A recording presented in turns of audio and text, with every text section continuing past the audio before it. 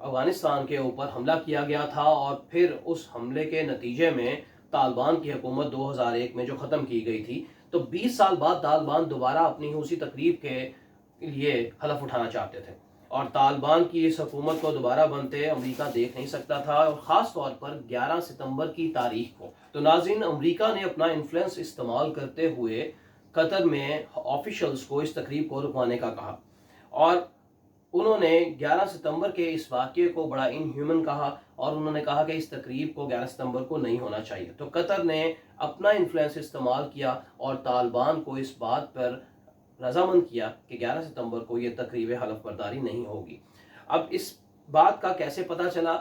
کہ پہلے فورن منسٹر ہیں محمد بن عبد الرحمن الثانی، انہوں نے پہلا وزٹ افغانستان میں کیا، کسی بھی دنیا میں کسی بھی آفیشل کا یہ پہلا وزٹ ہے۔ تو انہوں نے وہاں پر جا کر ان سے یہ بات کی، ظاہر ہے یہ بات پہلے ہی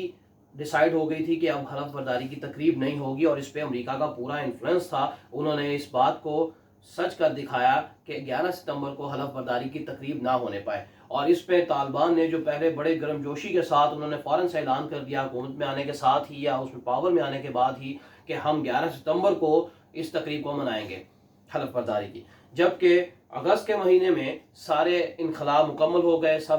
وہاں سے فوجی جو سے تھے وہ جا چکے تھے۔ اب 10 دن کا اتنا گیپ کیوں رکھا گیا؟ حالانکہ پہلے بھی طالبان یہ حلف برداری کی تقریب رکھ سکتے تھے، لیکن انہوں نے کیوں نہ رکھی؟ کیونکہ 11 ستمبر ایک خاص موقع تھا جس کے اوپر ان کی نظریں تھیں طالبان کی، اور انہوں نے ایک دنیا کو یہ میسج دینا تھا کہ دیکھیں 11 ستمبر کی وجہ سے ہماری حکومت کو ختم کیا گیا 20 سال پہلے، اور آج پھر وہی وقت آ گیا کہ 11 ستمبر کو انہوں نے تقریب حلف برداری رکھی۔ لیکن امریکہ کی نظریں اس کے اوپر تھی، اور امریکہ یہ چاہتا تھا کہ یہ تقریب 11 ستمبر کو نہ ہو۔ ناظرین، قطر کے فارن منسٹر جو ہیں انہوں نے اپنا پہلا آفیشل وزٹ جو ہے افغانستان میں کیا، دنیا میں کسی میں نے بھی ابھی تک آفیشل وزٹ اس طرح سے نہیں کیا۔ اب وہ وہاں پر کچھ معاہدے اپنے کر آئے افغانستان میں طالبان کے ساتھ، جس کی وجہ سے طالبان کو بھی اب اس چیز کا اندازہ ہو گیا ہے کہ اتنا آسان بھی نہیں ہے دنیا کے ساتھ رہنا اور دنیا سے اپنی بات منوانا اور اپنے طریقے سے چلنا۔ تو کیونکہ افغانستان میں طالبان کو بھی بہت ضرورت ہے اب سسٹینیبلٹی کی اور اپنی حکومت کو قائم رکھنے کی، تو ظاہر ہے دوسرے ممالک جو پاور میں ہیں، جو ان کے ساتھ ہیں یا جو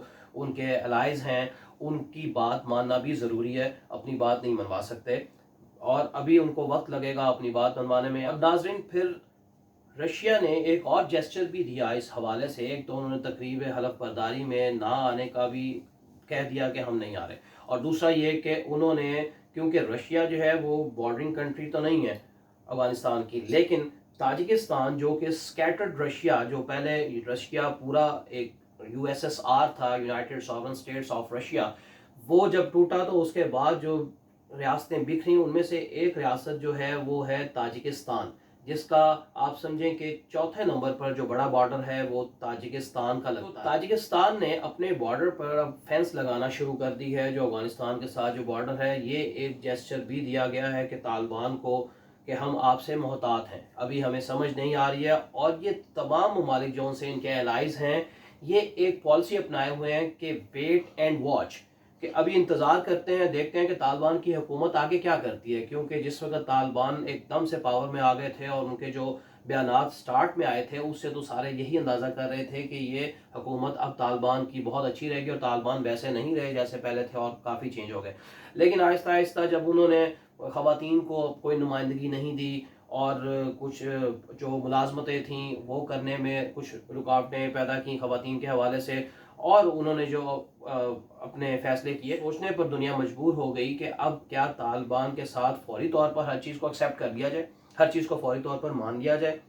اسی حوالے سے اب طالبان اس اپنی طاقت کے جوش میں تھے، اور انہوں نے 11 ستمبر کی جو تاریخ رکھ دی تھی اچانک سے کہ اب تو ہم فاتح ہو گئے اور ہم نے افغانستان پر فتح حاصل کر لیا، اور اب ہم جو کہیں گے وہ ویسے ہی ہوگا افغانستان میں، اور ہم یہ تقریب 11 ستمبر کو اپنی پوری کریں گے۔ لیکن ناظرین، دیکھنے میں یہ آیا کہ دنیا نے اپنے آپ کو تھوڑا سا پیچھے کیا، اور وہ انہوں نے یہ دیکھا کہ طالبان کیا واقعی ہی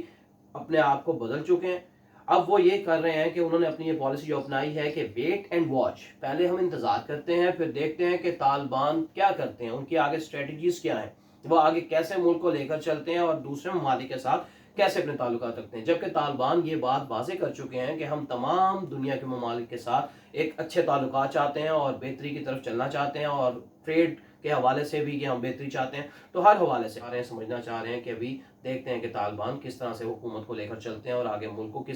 کس ڈگر پر چلاتے ہیں۔ اس کے بعد وہ فیصلہ کریں گے کہ کتنی انوالومنٹ ہم نے طالبان کے ساتھ کرنی ہے، افغانستان کے ساتھ کس طرح سے تعلقات کو بہتری کی طرف لے کر جانا ہے۔ ناظرین، اب اپنی اگلی ویڈیو میں آپ کو اس بات سے آگاہ کریں گے کیا افغانستان میں ایسی خاص بات ہے، ایسی کیا چیز ہے جس کی وجہ سے تمام ممالک جو سے ہیں ان کے ساتھ اپنے تعلقات کو مزید بہتر کرنا چاہ رہے ہیں اور ٹریڈ بھی کرنا چاہ رہے ہیں۔ ناظرین، امید کرتا ہوں کہ یہ آپ کو ویڈیو میری پسند آئی ہوگی۔ اگر پسند آئی ہے تو اس کو لائک کیجیے گا اور اس کو شیئر کرنا مت بھولیے گا، اور جس نے چینل سبسکرائب ابھی نہیں کیا ہے تو چینل کو پلیز سبسکرائب کیجیے گا۔ تو ناظرین، مجھے فیس بک، انسٹا اور ٹویٹر پر بھی فالو کریں، لنک جو ہے وہ میں ڈسکرپشن میں دے دوں گا۔ تو انشاءاللہ آپ ملیں گے اپنی نیکسٹ ویڈیو میں، تب تک کے لیے اللہ حافظ۔